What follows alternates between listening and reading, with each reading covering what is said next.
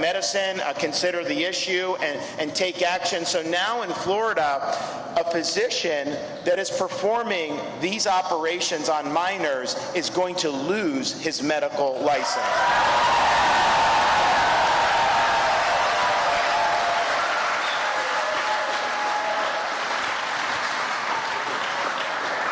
But it raises issues because the woke mind virus is infecting different institutions. We see it in medicine. We see it in corporate America with things like ESG, where they want to politicize business. You see it in banking, where they will marginalize conservative customers, cut them off of being able to use services if they disagree with their views, and it only goes in one direction.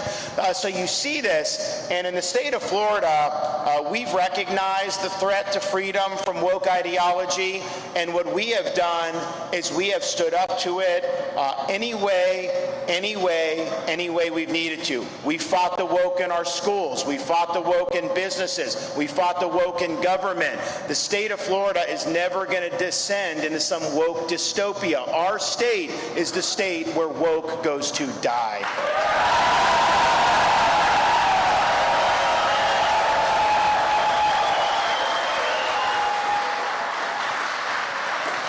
How many of you have already voted in this election?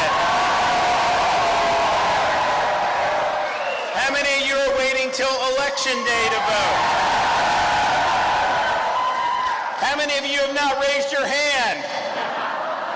Why not? Early vote. Oh, you're too young. So I'm excited about the opportunities. I think that we have a chance to have a historic election. We just got to run through the tape. If you've already voted, get somebody else to come out to vote. Get a neighbor, get a friend, get a coworker, get an employee. Let them know how close we came 4 years ago to having a much different future for this state. We would have been governed like California and Illinois and New York. That would have happened here, and it would have destroyed the state of Florida. It would have violated people's freedoms, and it would have destroyed people's jobs and livelihood and businesses and education. We know that for sure. Now people think, oh yeah, well, we're so lucky to be in Florida, we got it made. Don't take anything for granted. Don't take this election for granted. We want to perform well. We want to have a historic turnout, and we want to send a very strong message that freedom is here to stay in the state of Florida.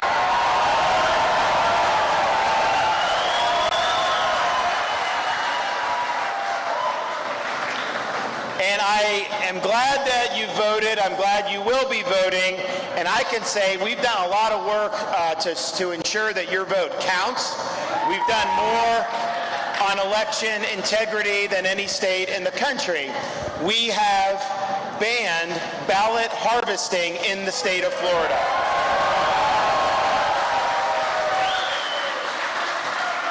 We have banned Zuckerbucks in the state of Florida.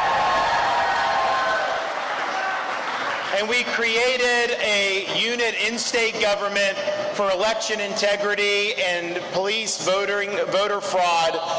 So now you can hold people accountable in ways that was not happening. So just recently, they brought case against a guy in Broward County, illegal alien, 9-time convicted felon or convicted criminal. And he voted in 2021 here in the county, including one of the primaries that was decided by like 30 votes. So when you have somebody voting illegally, they are canceling out your vote. And so that's infringing on other people's voting rights. And so you must be a U.S. citizen to vote in the state of Florida. We're going to enforce that.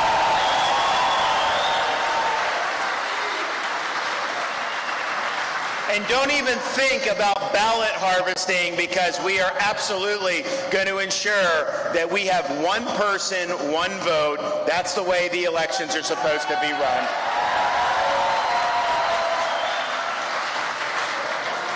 So the important thing, and you don't not always necessarily even know this until someone actually gets in and has to lead, but the most important thing about a governor is not even the policy choices. Yes, you want someone you agree with, but quite frankly, in Florida, a lot of this is common sense. You know, just look at what Biden's doing and do the opposite, and you end up pretty good.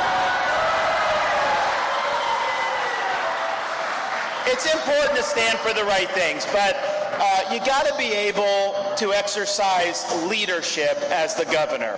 And when I became governor, I have not taken a single poll since I've been governor. I'm not putting my finger in the wind and trying to contort myself to get whatever in accordance with whatever sudden breeze of passion may happen in public opinion. No, my job as a governor is to lead on issues, to get ahead on issues, to set out a vision for the future, to execute on that vision, and to deliver results for the people of Florida.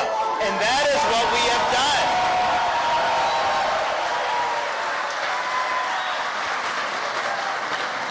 You gotta have, in this day and age, if you're standing for the right things, you get a lot of fire from elites, you get a lot of fire from corporate media outlets, you get censored potentially by big tech companies, although maybe Musk will succeed in opening it up on Twitter. But you just have to understand that leadership's not cost-free. They're going to come at you, they're going to throw arrows at you, they're going to do whatever they can to try to slow down our progress. In times like these, there's no substitute for displaying courage. And that's what we've been willing to do. We've been willing to take hits, we've been willing to stand on principle, we've been willing to take political risks because, quite frankly, I'm perfectly happy to let the chips fall where they may, as long as you're doing the right thing. And because we've done that, we've been able to generate support like we haven't seen in this state in a governor's race in a long time. Because people know that I've been willing to take the punches for them. They've seen me stand up for their rights and their jobs and their businesses and their education. And they know, and you know, you can count on me, particularly when the chips are down. I've got your back.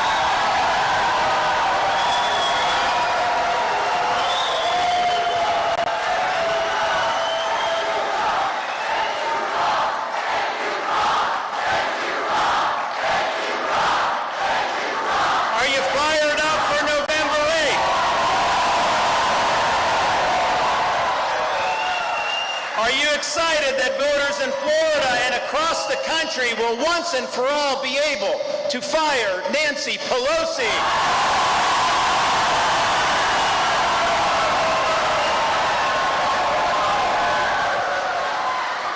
Are you excited that if voters in Florida come out, that we can add seats in the U.S. House from the state of Florida?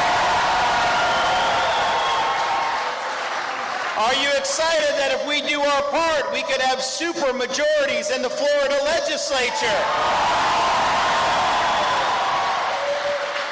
And are you excited to be able to re-elect your governor to another term? Florida free! Thank you. God bless you.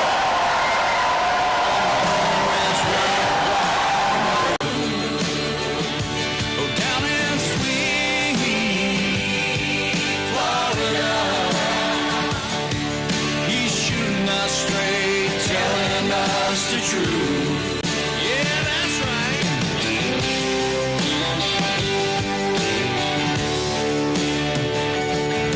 You can take it to the bank. He don't care what Brandon thinks at the White House. Yeah, he's fighting for the right.